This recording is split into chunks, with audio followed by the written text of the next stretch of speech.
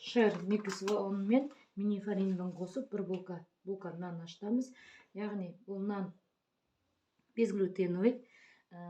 Көбінесе шер ұнынан жасасаңыздар, наны көтіліп тұрады. Сондықтан бұл минифаринді қоссаңыз, нан кішкене жинақы болады. Мен сіздерге бүгін көз мөлшермен жасаймын. Сіздер өздеріңіз бір балаға жасайсыз, мен 3 балаға жасаймын. Сіздер бір балаға жасасаңыздар, суын кішкене азайтасыздар. Яғни мен кішкене 500 граммдай суға жасаймын. Одан кейін дрожжи қосам. Бұл сіздер білсеңіздер, баяғыдағы алматинский сабын аштыққа дейді ғой. Сондай. Сол мен 2 нан шығарам бұл судан. Міне, мынау содан қосып ертіп аламын. Негізі писюлімді қосуға болады. Мен писюлімді айхерікте қазір заказ болмай жатыр. Писюлім қоссаңыз болады. Ол да осы дрожжи сияқты көлемінде.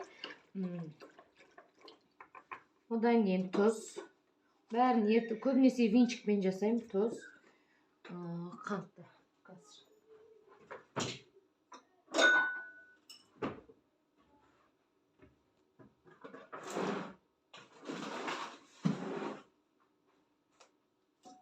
Екі кішкентай қасықпен қант, кешіріңіздер, қантты қоюды ұмытып кетіппін.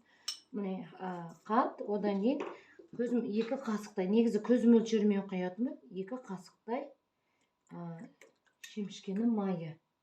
Осының барлығын аласыздар, суға араластырып алып, ертесте ұн саласыз. Мен газдың астында жасаймын мамалардың нанды. Оның астына бір ыдыспен су қойып қоям, су қойып қоям. Астына сонда нан жұмсақ, сары, өзі қып-қызыл, сонда жақсы светті береді, түсті береді. Мен енді бұл алғашқы видеом, кішкене сасқалақтап тұрмын. Мен сіздерге қазақша осы мына целиакия диагнозбен ауыратын, және де басқа балаларға пайдам тисін, күнделікті жасап атқан наным болғандықтан сіздерге бір өзімнің пайдам тисін, үйде отырып білмей жатқан аналарға деген мақсатпен түсіріп жатырмын. Және де маған комментарий қалдырып, лайк басыңыздар. Бұл нанның сенімді түрде қорықпай жасауларыңызға болады. Әрдайым мен қанша аналарға үйретіп жатырмын. Бұл нан шығады, шықпайды емес. Нанның қоюлығын, қандай болу екенін көрсетемін. Біркелкі араластырып, бетін ауа жетпейтіндей салафанмен бірыңғай жауып, орап қоя салсаңыз жылы жерге, нан 1,5 сағатта, 2 сағатта көтеріледі. 200 градуста газдың астына пісіріп аласыз. Сіздерде духовка болса, кішкене кекістің ыдысына болсын ба, бір су кішкене қоятындай қойсаңыздар, нандарыңыз әйбәт болады. Нанның несі сұйық болмау керек. Сұйық болса арасы жабысылып, сондай болып қалады. Бұл нанды жасап жүргенімізде бізде талай жыл болды. Сондықтан менің салған видеомды күмәнданбай жасап көрсеңіздер болады. Алла қаласа піскен нанның суретін салармын.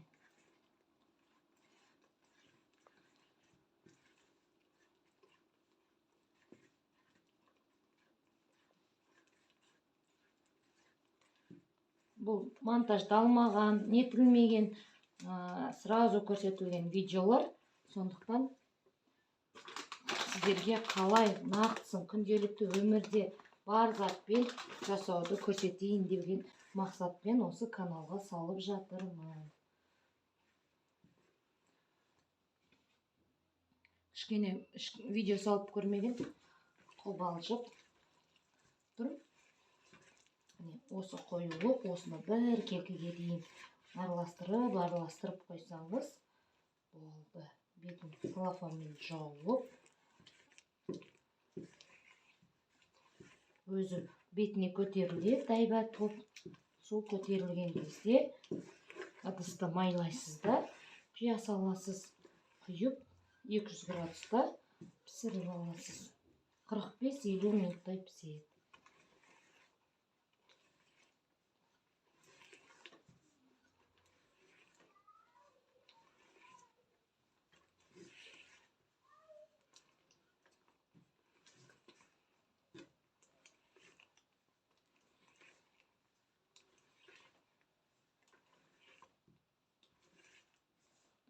осы қоюлық болды.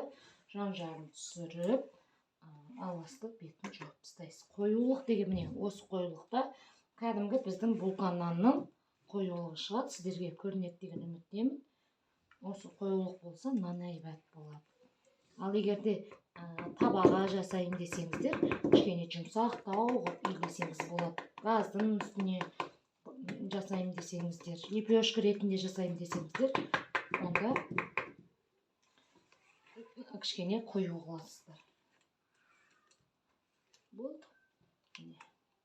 Қазір Алла қаласа нанды пісіріп, сіздерге видео суретін салармын.